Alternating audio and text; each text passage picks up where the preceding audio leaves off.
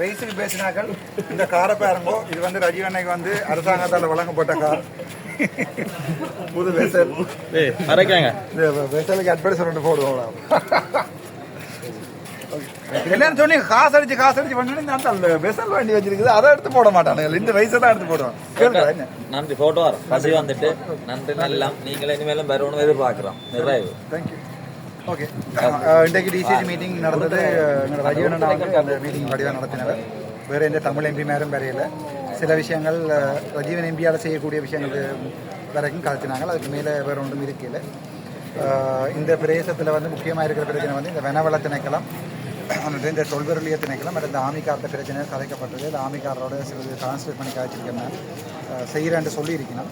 சில விஷயத்தில் சொல்லி பார்க்கலாம், இல்லாட்டி பாராளுமன்றத்தில் கலைக்கலாம். சிலது வந்து பாராளுமன்றத்தில் ரஜீவன் எம்எல்ஏ கண்ட்ரோலுக்குள்ள இல்லை, பாராளுமன்றத்துக்கெலாம் கலைக்கலாம்.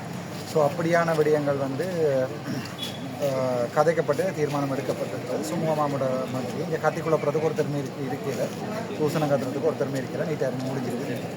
இன்றைய தினம் வந்து கையெட்டி விசாரிக்க வந்து நைனாதி விசாரணாதிபதி வந்து சென்று பார்வையிட்டு அது உண்மையில் வந்து சட்டவிரோதமாக சட்டப்பட்டதுன்னு சொல்லி தகவல்கள் சொல்லியிருக்கிறார். இது தொடர்பாக நீங்கள் என்ன மாதிரி பார்க்குறீங்க? சந்தோஷம். எனக்கு நைனாதிபதி விஆர் அவருக்கு இந்த பேர் தெரியலை.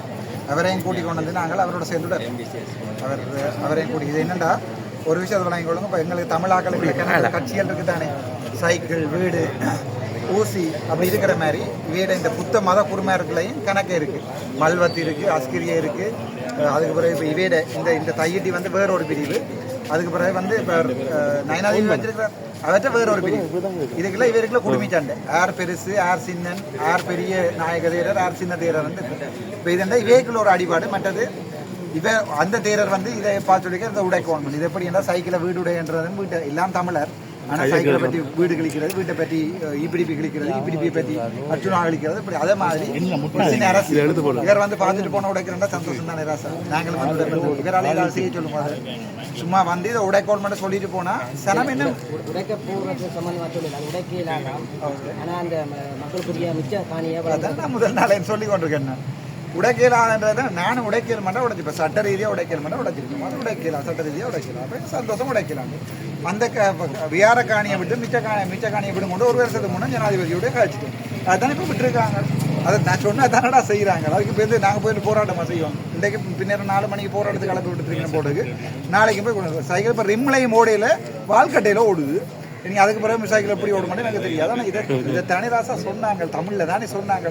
அந்த விகாரையை இடிக்க மாட்டாங்க. கேந்திரமாக சொல்லி கொண்டிருக்க அகற்ற வேணும், உடைக்க வேண்டாம். எனக்கு விளங்கல கேந்திரமாக சவாலால் தான் இதை தூக்கி கொண்டே வெளியே வைக்கிறது உண்டு.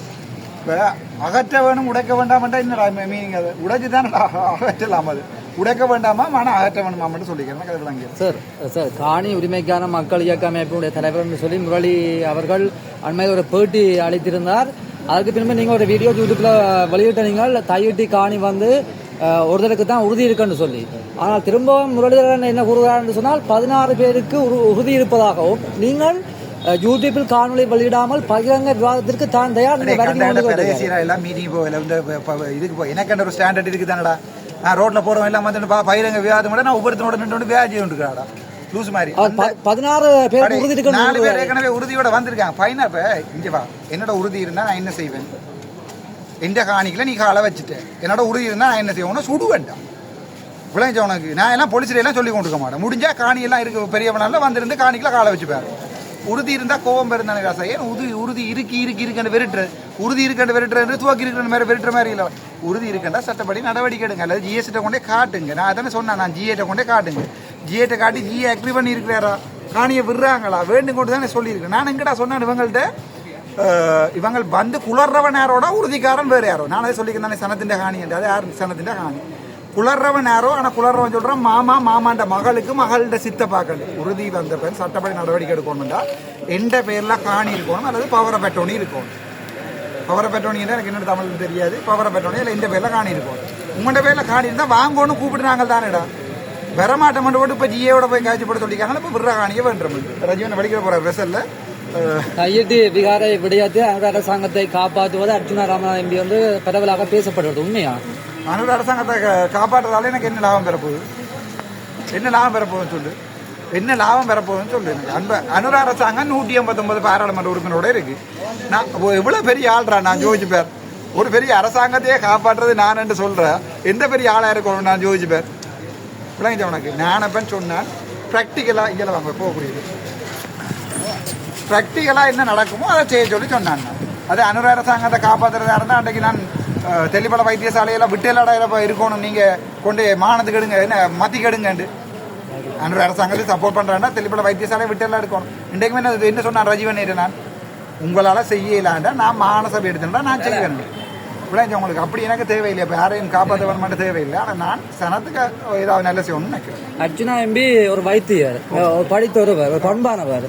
உங்களுடைய வலைதளத்தில் கீழ்த்தரமாக சில வார்த்தைகளை நீங்க பிரயோகிப்பது உங்களுக்கு அது நல்லதா தெரியும். நான் வைத்தியர்ன்ற இப்ப மருந்து கொடுக்க சரிதானே. நான் இப்ப மருந்து கொடுத்துட்டாயிரம் ரோடு வழியை. இப்ப காவாளி அரசியலுக்கு நிக்கிறேன். நீ வந்து காவாளித்தனமா வெட்டுவியா, கொத்துவியா, சுடுவியா, தூசணத்துல கத்துவியா. ஆனா நாங்க திருப்பி அதே மொழியில சொன்னா நீங்க வைத்தியர்.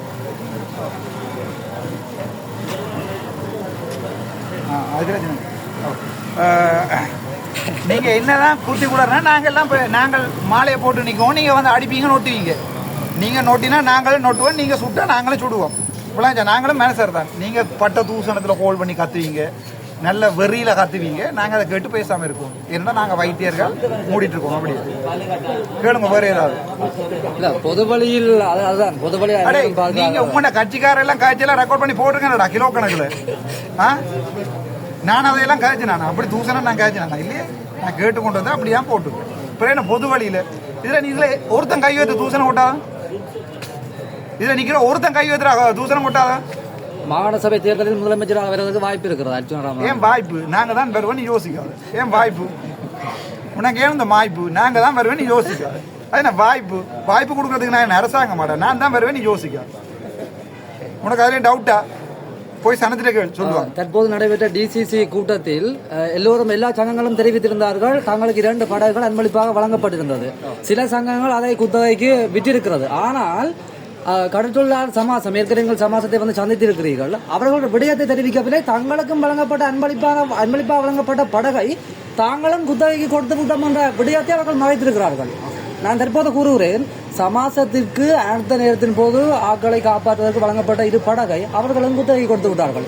2 மாதங்களுக்கு முன்பு கூறினார்கள் சமாசம் 46 லட்சத்துக்கு மேல் லாபத்தில் இயங்குகிறது என்று சொல்லி. இது ஒரு சரியான விடயம் அர்ஜுனா? 100% விடயம். சமாசம் நானா நடத்துறேன் இல்லை இந்த மாமா சித்தப்பாவா சமாசம் நடத்துறாங்க. சமாசத்துக்கும் எனக்கு என்ன சம்பந்தம்? நீங்க ஏற்கனவே அவர்களை வந்து சந்திச்சா போல அவங்க செய்யற எல்லாத்துக்கும் நானடா போய் சொல்றேன். விடயத்தை அவர்கள் உங்களுக்கு சொல்லாம மறைத்து விட்டாங்க. அதுக்கு நான் என்ன இப்ப படியா நாங்க சொல்லுறோம். இல்ல எனக்கு தெரியாது. சங்கமோ சமாசமோ ஏதோ ஒன்றை சந்திச்சேன். நானாடா ராசா அதை கொடுத்துனேன். ஏற்கனவே டக்ளஸ் இருக்கையில் அதை கள்ளமா ஒவ்வொரு கன்றாக்கள் எடுத்து வார காசுகளை 4 போட்டை கொடுத்து